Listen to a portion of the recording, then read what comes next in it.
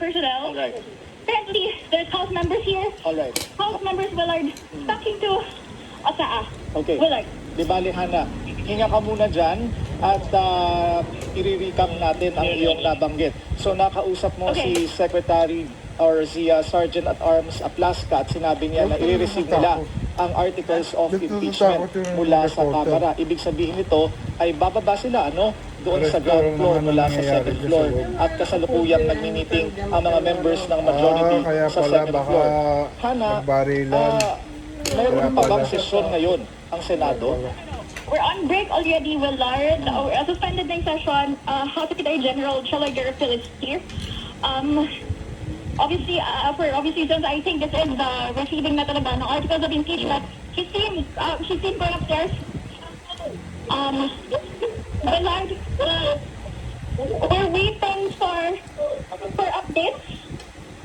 Si House Secretary Chela Garfield is seen going upstairs to transmit the articles of impeachment. At Willard actually literally minutes before this, they blocked or pinalabas lahat ng employees sa 6th floor kung saan nandoon si House Secretary, nandoon dapat ang opisina ni Senate Secretary to receive the articles of impeachment. So, ngayon, si House Secretary Chela Garfield is on his way to the 6th floor. Alright. Tapos, Hana, nabanggit mo kanina na tama ba ang mga miyembro ng OSAA or Sergeant at Arms ng Senado ay pinalalabas? Tama ba? No, Willard.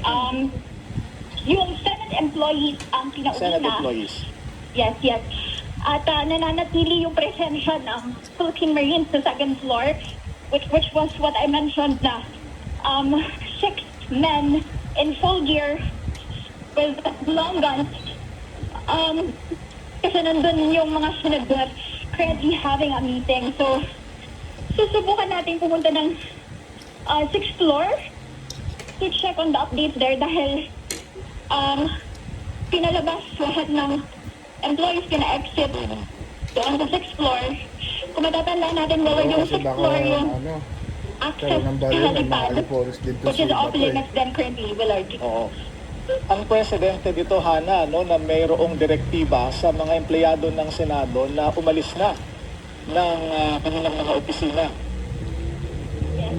Kasi, according to our sources, supposedly, 7 p.m. pa yung uwian ng Senate employees. Pero, given what's happening, kaya pinauwi sila ng maaga dahil nga rin sa protest sa labas, Willard. And this is actually breaking news, Willard, because House Secretary General Chela Garfield is here to transmit the articles of impeachment. At nandito tayo ngayon sa 6th floor kung saan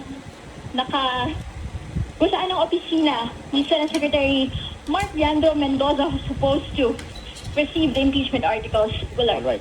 So magkasabay na developments ito, Hana.